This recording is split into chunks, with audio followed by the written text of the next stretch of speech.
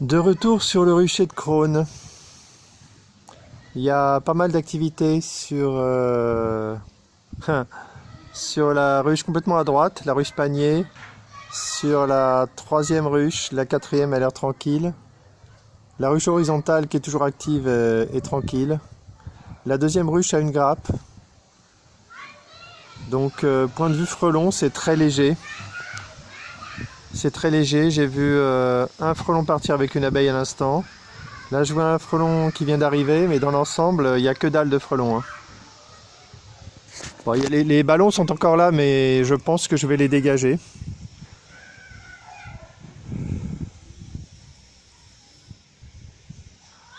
Je vais continuer de regarder, on ne sait jamais. Mais je ne crois pas que les ballons apportent quelque chose, je ne crois pas. Donc là je viens avec l'idée de mettre à jour mes tentes. Avec des voiles plus récents mieux faits, encore que ceux-là sont pas si mal. Avec surtout en haut des tissus maillés 5 mm en bas et en haut.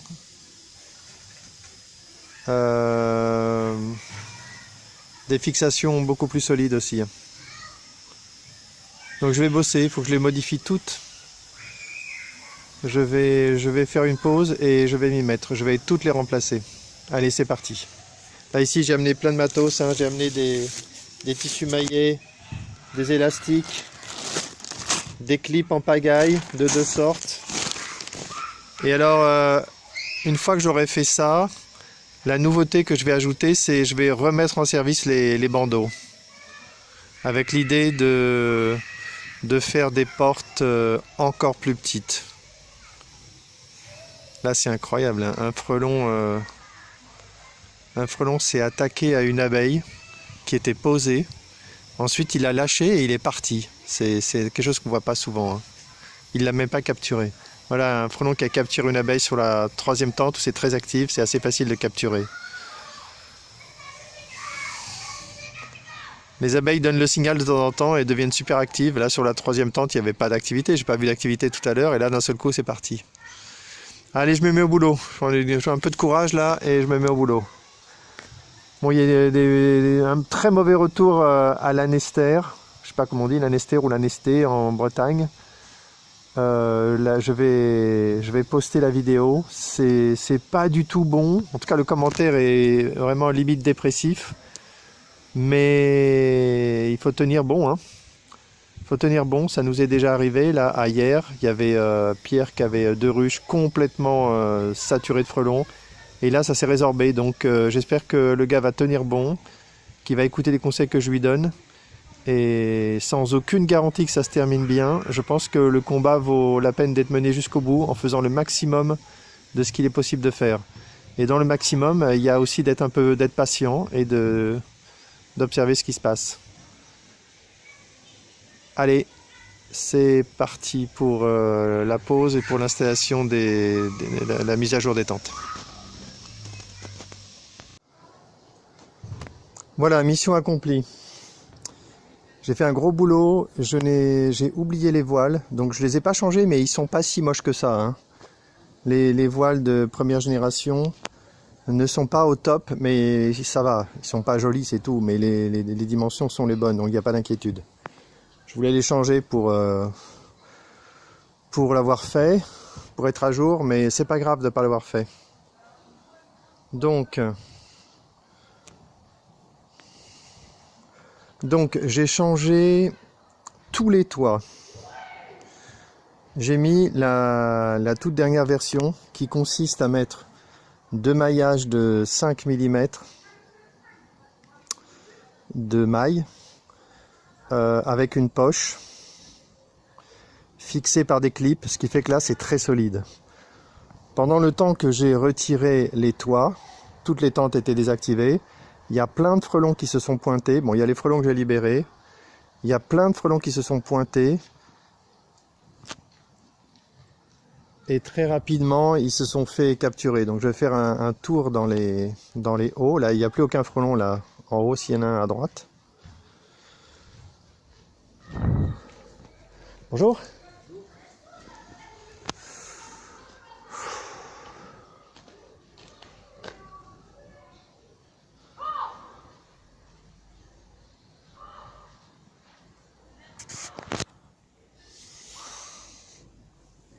pas vous déranger un petit peu? Ah vous me dérangez pas? Vous me dérangez pas du tout? Surtout si vous m'amenez du pain à manger. Ah oui, dommage, il est bon. Ah, je regarde.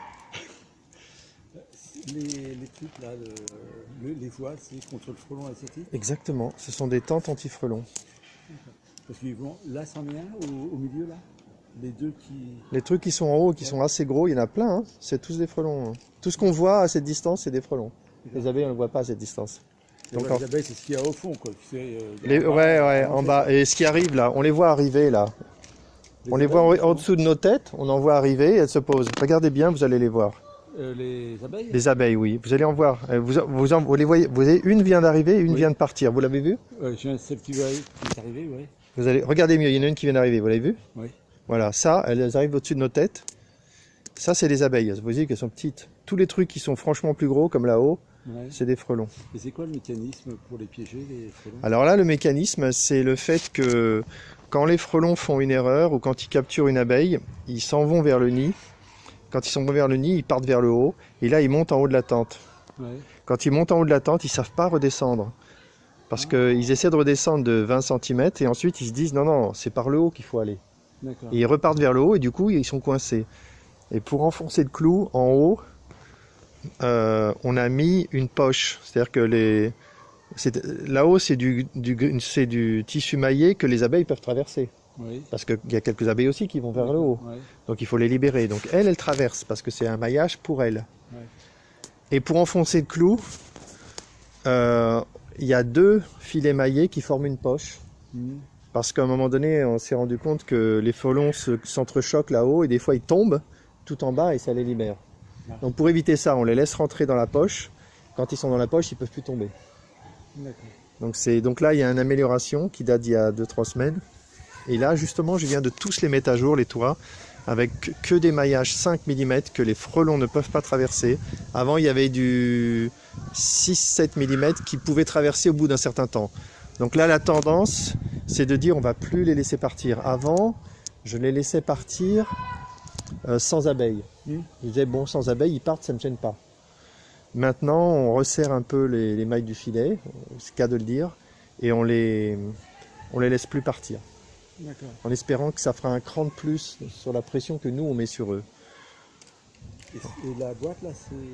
La boîte, non, la boîte, c'est une fontaine. C'est une fontaine pour les insectes qui n'a jamais servi. Ah, ouais, bon, en plus, maintenant, il n'y a plus d'eau, donc... Et il y a une coordination entre tous les gens qui font du miel pour savoir ce qui peut piéger, ce qui ne piège pas. Ah bah, il y a des forums où les gens s'échangent des informations. Il y a aussi des syndicats apicoles qui font un petit peu le point.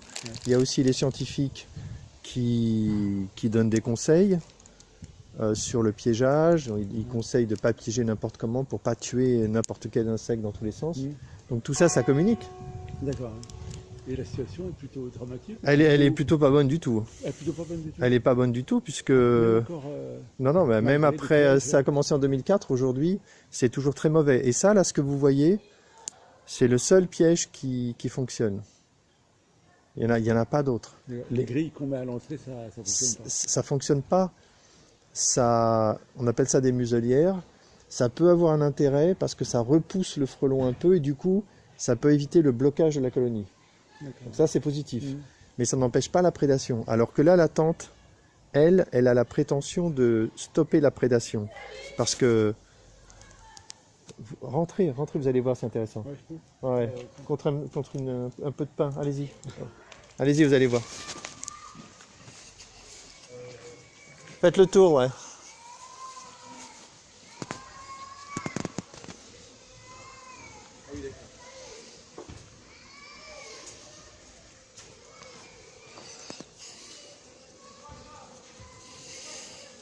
Donc regardez là-haut ce qui se passe, où sont les frelons. Au lieu d'être devant en train de capturer, regardez où ils sont. Ah oui, d'accord. Comptez là, vous en avez combien? Moi j'en vois au moins 3, 4. Et là, ça, je viens de l'installer je viens de finir l'installation juste avant que vous arriviez. Dans ce laps de temps, c'est ce qu'on a capturé. Et dans chaque tente, on va voir la même chose en fait. Et les nids de frelons, vous savez pas où ils sont? Et ils sont pas loin, mais c'est difficile c'est un autre projet. Là, il n'y en a pas. Ici, il y en a 3 ou 4. Donc, vous voyez le système de la poche? Ici, il y a une ouverture, là, il y a une ouverture. Ouais. Donc eux, comme ils tapent en haut, ils finissent par passer par l'ouverture. Et quand ils sont dans la poche, c'est beaucoup plus difficile de sortir. En revanche, les abeilles, elles traversent, elles finissent par traverser, elles. Donc ça, c'est tous ces... Voilà, c'est des frelons qui en plus... Et là, ils ont une abeille dans le bec. Hein. C'est-à-dire que tous ces frelons, s'il n'y avait pas la tente, ils feraient des allers-retours vers leur nid. Hein. Ah, d'accord. Ils l'emportent avec Ouais, et ah oui, bah oui.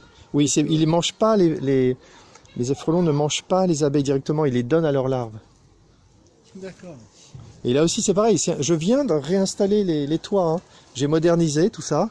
Je viens de réinstaller. Je me retrouve déjà avec des frelons dans toutes les tentes. Regardez une. On le voit d'ailleurs que c'est récent.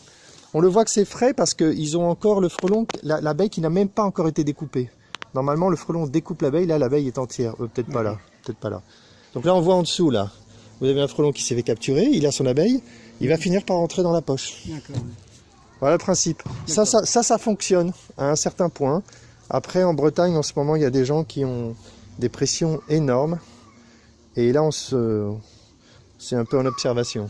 Des pressions, c'est-à-dire qu'il y a... énormément de frelons. Énormément de frelons. Donc là, c'est en observation. Ici, là, dans l'Essonne, ça protège complètement, je le pense. On verra en Bretagne ce que ça donne. C'est-à-dire que dans une semaine, quand on reviendrait, il y aura plein de frelons morts.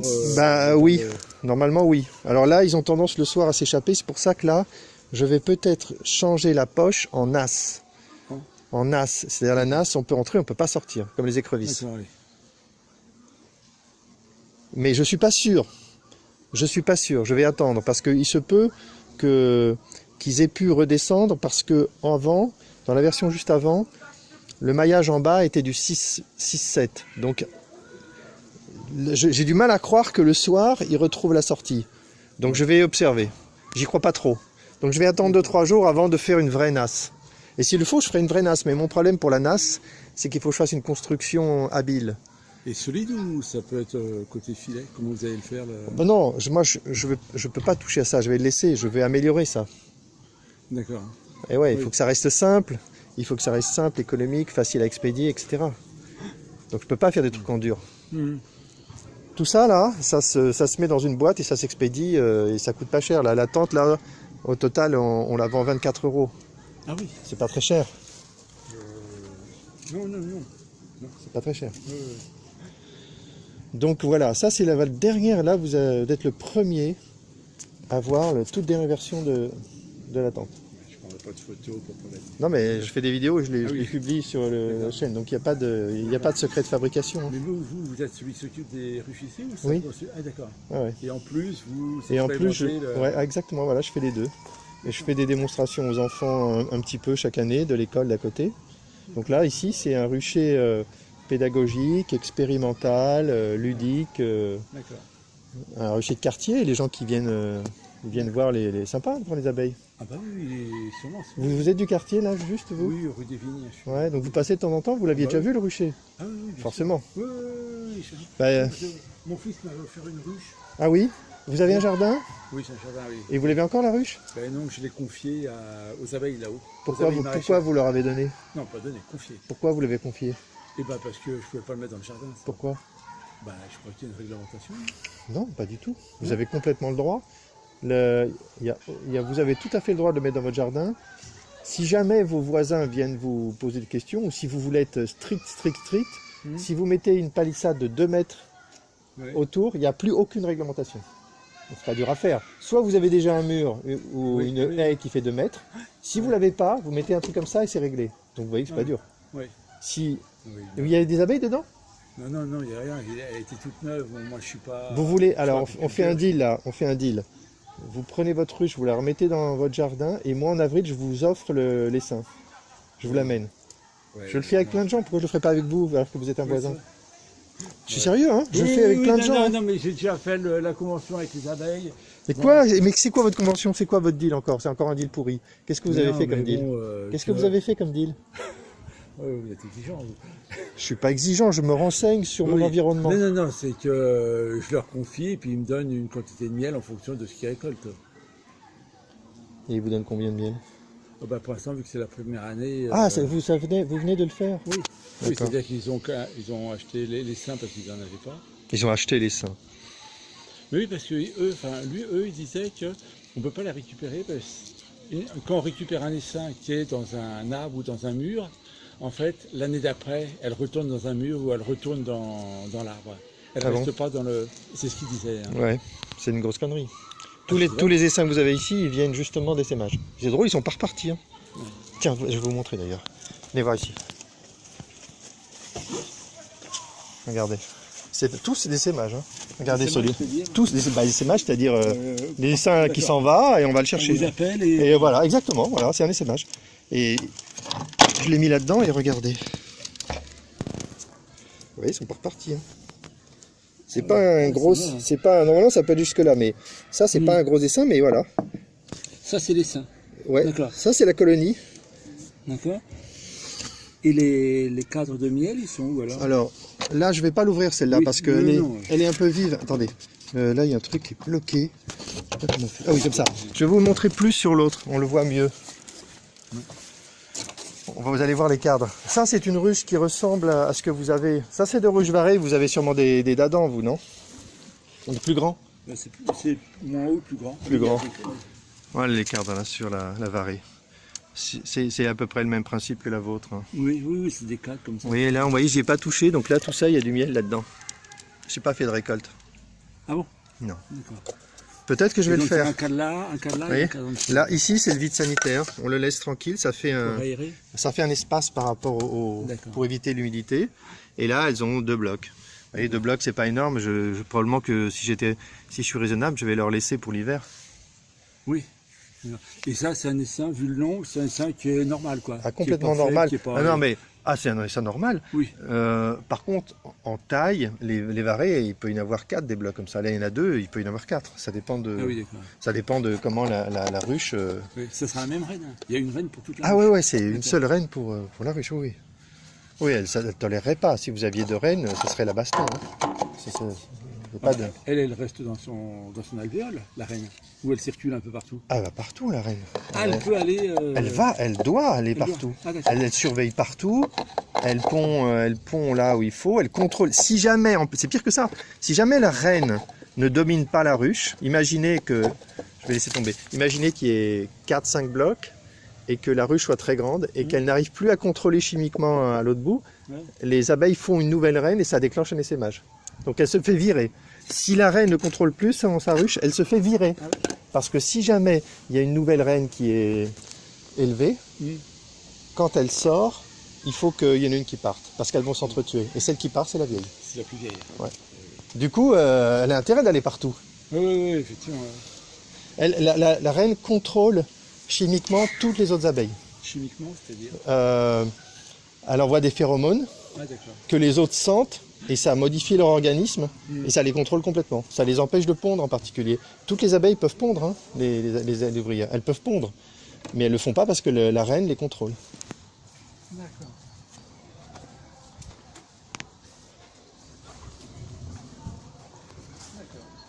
Donc comme vous aimez bien les deals, le jour où vous voulez récupérer votre ruche, vous venez et on fait un nouveau deal. D'accord. Et le deal, ça serait quoi? Le deal, ça veut dire que vous récupérez votre ruche dans votre jardin et je viens vous aider pour vous en occuper. Voilà. C'est un bon deal quand même. Ah oui, c'est un deal correct. Oui. Et moi je prends pas de miel, je demande pas de miel, je demande pas d'argent, rien. Hein. Comme ça par passion. Exact. Voilà. C'est tout par passion. J'ai ça n'a rien à voir. Ouais. Une cousine son mari était apiculteur, elle s'est fait piquer et elle a eu un œdème de... Quinque? Oui. Pas bon. C'est grave. Oui. Et elle s'en est sortie? Oui. Elle a dû flipper, hein? Oui, je crois qu'ils sont vite allés... Ouais. C'est-à-dire que c'est des choses qui... Pour elle, c'est fini. Ou alors ça peut... elle peut être désensibilisée. Ah bah il faut les médecins vont lui dire de se calmer une petite dizaine d'années, je pense. À 10 ans. Non, je dis n'importe quoi, j'en sais rien. Mais c'est tellement grave que si elle est sujette à ça, c'est presque terminé pour elle. Oui. C'est trop grave. Ou alors il faut qu'elle ait en permanence son injecteur. Ou alors elle va voir un spécialiste, elle se fait désensibiliser, puis elle regarde. Oui. Le spécialiste pourra sûrement lui dire ce qu'il en est. Bonjour. Ah, ce chien-là, il appartient à la maison qui est tout au fond là-bas. D'accord. aller voir parce que l'agriculteur fait peur qu'elle est sur la route. Ah, oh, non, il est chez lui là, c'est son secteur. Bon, je peux- Pas d'inquiétude. Il est chez lui. Là, je dis, si je traverse la route, je ferai pas Ouais, ouais, mais il est malin, il ira pas plus loin. Ça marche, merci. Ouais, bah ouais, c'est dommage. Moi, je connais, il y a des apiculteurs qui finissent par s'habiller en scaphandrier parce qu'ils ont les jetons. Parce qu'une fois qu'on a été aux urgences, c'est traumatisant. Voilà, là, voilà un frelon qui vient de monter en haut. Il s'est fait capturer là, celui-là. Ah d'accord. Et en plus, il vient d'attraper une abeille. Ça veut dire que maintenant qu'il a attrapé, elle est foutue. Ouais. L'abeille est foutue, mais lui, il est foutu aussi parce que maintenant qu'il a l'abeille, plus jamais il redescendra. Tant qu'il explore, tant qu'il chasse, il peut encore descendre. Tant qu'il est tranquille. Ouais. Dès qu'il veut partir, c'est fini. Donc lui, il va se faire capturer. Et comme maintenant, on met des poches capturantes, il risque normalement de mourir. Je vais surveiller. Si jamais mes poches ne suffisent pas, j'essaierai d'installer des nasses. J'ai pas encore trouvé comment les faire, mais je vais sûrement trouver. Oui. Sûrement. Comment on voit après je vais vous laisser, Ouais. les nids de frelons asiatiques? Ils sont spectaculaires, ils sont gros ou Ah, on le voit bien. Mais on les voit bien, mais le problème, c'est qu'on les voit quand les feuilles vont tomber. Si ça se trouve, il y en a un dans un arbre là-bas, on le voit pas parce qu'il y a les feuilles. Oui, et c'est gros comment? Ah bah, quand ça commence, c'est comme en début de saison, mars, avril, ça doit être comme une orange, c'est des nids primaires. En toute fin de saison, il paraît que certains peuvent faire 80 cm de haut ou 50 cm de large. Ah ouais, là, ça se voit, c'est énorme. Là, il faut appeler quelqu'un pour l'enlever. Non, mais même au début, n'importe quand, il faut jamais l'enlever tout seul. Sauf au début, quand c'est tout petit, qu'il y a 15 individus. Moi, même au téléphone, les gens, je leur dis, vous donnez un coup de batte de baseball dedans et ils partent. Ils sont même pas agressifs d'ailleurs. Ah oui. Un coup, on explose, de toute façon, c'est du papier mâché, hein, ça tient pas. Par contre, dès que ça commence à ressembler à un gros melon, il faut pas y toucher parce que ça fait peur quand même. Ça, c'est impressionnant. Donc il faut plus y toucher dès que ça devient un nid un peu impressionnant. C'est dommage parce que j'avais un essaim d'abeilles puis je l'ai. Il était où? Il était dans la toiture. Alors non mais ça on peut pas les récupérer, c'est pas grave, pas de regret. Hein, On ne sait pas les récupérer dans la toiture. Ouais. Il faut le laisser puis ça fait des essaimages. Et les essaimages on les récupère. Oui, Bah, ça j'aurais pu. Non, vous l'avez fait détruire. Je l'ai pas fait détruire, j'ai mis mon barbecue, j'ai mis de la paille, du foin, et avec la fumée. Ça a dû le détruire. Ouais, ça, je sais pas ce que ça a fait, ça a détruit. Ça a dû le détruire parce qu'elles savent, malheureusement, elles savent pas partir. Quand il y a une cheminée, et qu'on les enfume, sauf si l'essaim vient juste d'arriver 24 heures, elles partent pas, elles se laissent tuer. C'est dommage. C'est dommage. Elles savent pas partir. Ouais, c'est bien pour les ruches, comme ça reste. Non, c'est pas bien pour les ruches, ça n'a rien à voir. Les ruches, elles partent pas des ruches non plus, c'est des conneries ce qu'ils ont dit là-haut, là, les abeilles ne peuvent pas partir. Quand on a un essaimage, et ça m'est arrivé dans cette ruche-là, c'était l'année dernière, on m'a offert la ruche, j'ai mis un essaim, il s'est barré tout de suite, parce qu'il n'a pas accepté. Mais au bout de 3 jours, quand l'essaim s'est installé, il ne peut plus partir. Il ne peut plus partir. Donc le coup de l'année d'après, l'essaim part, je sais pas sur qui vous êtes tombé là-haut, mais... Je pense qu'ils font aussi du cidre, non? Je sais pas. Je rigole parce que je suis dans le jus de pomme en ce moment. Je m'initie. Ah bah oui, c'est l'époque. Je m'initie au jus. Non, j'en suis pas encore au cidre. Hein. Moi, je fais du jus de pomme déjà. Oui, bah c'est déjà pas mal. Moi, je prends pas d'alcool, donc le jus de pomme, ça me va très bien. Ben, passez quand vous voulez. Hein. D'accord. Et c'est intéressant, moi, c'est vrai que. Bah, n'hésitez pas. Hein. Et vous voyez, si en plus vous voulez apprendre un peu à gérer votre ruche, je peux vous donner des conseils. Moi, je suis pas un expert. Hein. En vraie apiculture, je suis pas un expert. Mais bon, je peux maintenir quelques ruches modestement, quoi. Oui. C'est sur l'île Panchou, il y a... Oui, j'ai été les voir plusieurs fois. Oui, ça, eux, c'est des amateurs, mais qui sont... Quoi? Qui sont compétents, qui sont... Allez-y, dites que je suis pas compétent. Oui, c'est ça, oui. Non. Non, mais ils sont... Ils font de l'apiculture d'Adam comme vous faites vous, donc c'est compatible avec ce que vous faites vous. C'est-à-dire que c'est l'apiculture qui est un petit peu orientée vers la production quand même. Oui. C'est-à-dire ces apiculteurs qui ils veulent du miel. Alors que moi, je prends un peu de miel, mais je m'en fous en fait. Oui. Je m'en fous. Là, par exemple, j'ai pas encore fait de récolte. Et là, comme je vois qu'il y a que 2 blocs, je suis en train de me dire, je vais rien faire du tout. Oui, pour qu'elle passe l'hiver. Bah ouais. Faisait... Alors qu'un apiculteur digne de ce nom, il serait inquiet parce qu'il n'a pas fait de récolte. Et alors un professionnel, on n'en parle pas, c'est son gagne-pain. Bah oui, c'est ça. Oui, donc c'est pas la même logique. Bah, écoutez, Bon, bah, à l'occasion, hein, c'est quoi votre prénom? Hein, Bernard. Et Bernard, moi c'est Marc. Ok, bah, écoutez, à l'occasion, si je Bah, n'hésitez pas. N'hésitez pas. Ok. À bientôt.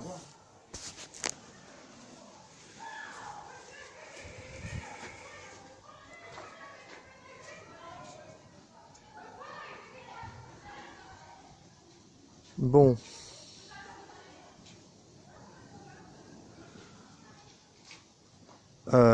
Les toits sont complètement à jour. Ça me plaît beaucoup. Tiens, par contre, il y a une connerie là. Ici, il y a un trou là. Il va falloir que je le bouge. Ça, c'est un peu con.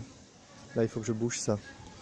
Je vais mettre du scotch plus tard, mais là, en attendant, je vais mettre un filet qui traîne là. Donc là, je suis complètement à jour sur les toits. Les tentes elles-mêmes sont pas au dernier cri, mais c'est pas grave du tout. C'est vraiment pas grave. Je m'en fous. Voilà, j'ai bouché le trou. La vraie nouveauté, bon, si, c'est quand même une nouveauté de mettre 2 fois du tissu maillé 5 mm. Ça, c'est nouveau quand même. Ça, c'est nouveau et je vais le proposer à tout le monde, hein, bien sûr. Je vais envoyer des mises à jour à ceux qui veulent se lancer. À la Nester, ou la Nesté, ça m'énerve, il faut que je sache comment ça se prononce. Comme lui, ça craint parce qu'il est sous pression et qu'en plus, il est pas loin de déprimer. Je vais vite lui envoyer du 5 mm 2 fois. Donc là, on va voir si les frelons se sauvent le soir. Franchement, il faudrait que je vienne d'ailleurs. Que je vienne voir comment ils se barrent le soir. C'est quand même bizarre quoi. Alors, ici ça a capturé. Ça a capturé aussi, mais c'est pas vraiment dans la poche. Hein.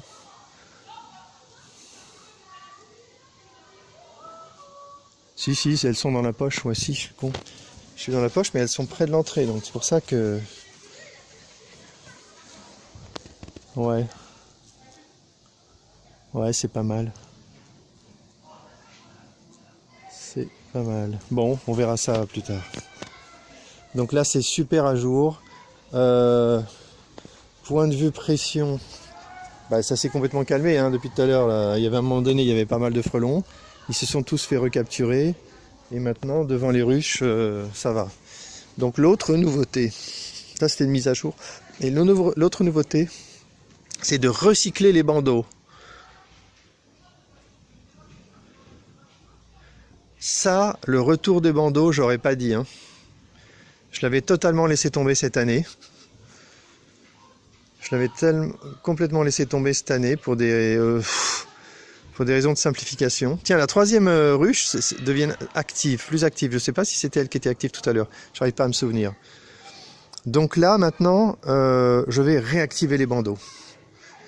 Avec l'idée que j'ai déjà bien expliquée, c'est de dire on va jouer au plus fin maintenant. On va essayer de diminuer la porte d'entrée au maximum. Donc là, il va y avoir un jeu du chat et de la souris. Au début, on va ouvrir en grand. On va laisser les abeilles s'habituer à sortir et rentrer. Une fois que les abeilles sont habituées à sortir et rentrer, on diminue la taille de la porte le plus possible. Dès qu'on voit que les abeilles ont des difficultés, on arrête, on revient en arrière s'il le faut. Et avec des portes de plus en plus petites, les frelons vont de plus en plus monter en haut des tentes. Donc là, je lâche mon enregistrement et je vais mettre des bandeaux un peu partout. Et je vais même tester des bandeaux en tissu maillage. Je sais pas pourquoi j'ai envie.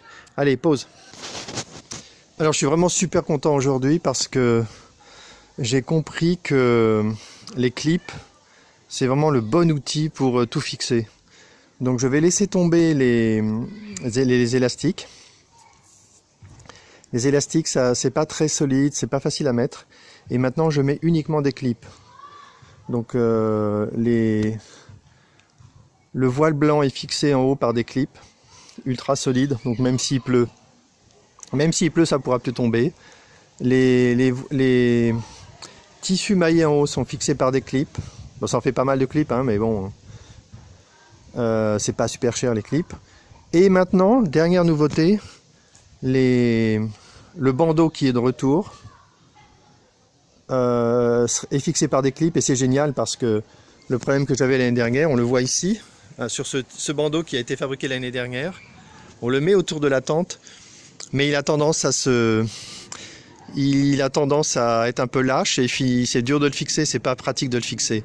Alors que là, quand on voit ça, ici là, c'est nickel. Ça tient nickel quoi. Pas besoin de faire le tour, on peut le régler facilement, c'est génial. Donc maintenant l'art du réglage de la tente maintenant, ça va être de choisir la hauteur du bandeau, tout simplement. Donc je vais déjà voir si je capture les frelons plus facilement grâce au bandeau, mais c'est vraisemblable hein, parce que regardons cette tente là, celle-là. Là il y a un frelon qui vient de monter en haut. Bah, on voit bien là que l'espace est très étroit et pour le frelon c'est difficile. Maintenant attention, il ne faudra pas que les abeilles soient gênées au décollage, donc il y aura un réglage à faire. Donc là je vais observer et je vais chercher le bon réglage pour chaque tente. Enfin c'est pas difficile hein. Et voilà oh là là, trop fort. Ah oui, non mais attention là quand même, ça c'est pas positif. Un frelon a essayé d'utiliser le bandeau pour attraper une abeille. Il n'a pas réussi, elle s'est sauvée. Mais bon, s'il avait attrapé à l'intérieur, ça va. Il ne faut pas s'il attrape à l'extérieur, ça va pas. Voilà, le frelon a attrapé une abeille. Je l'ai intercepté. Je l'ai intercepté le frelon. Bon bah c'est bien tout ça, là je suis complètement à jour, au point de vue des idées je suis complètement à jour, donc là maintenant j'ai plus qu'à attendre et essayer de voir ce que ça va donner. C'est super.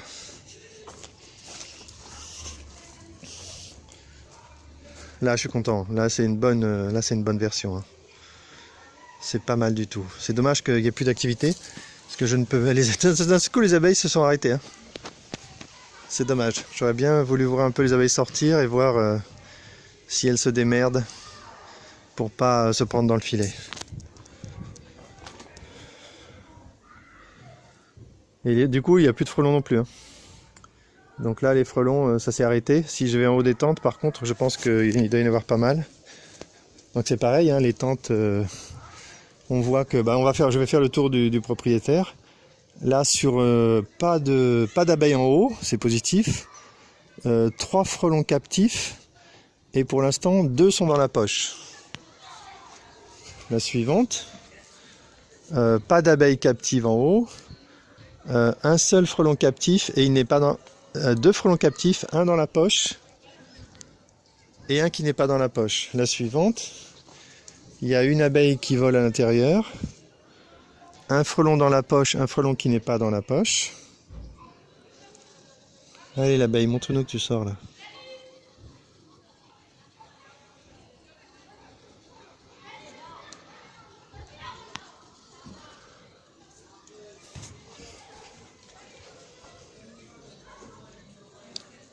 La suivante, je vois pas très bien parce que j'ai fait mon bazar là. Je vois qu'un seul frelon captif qui n'est pas dans la poche. Voilà la poche là.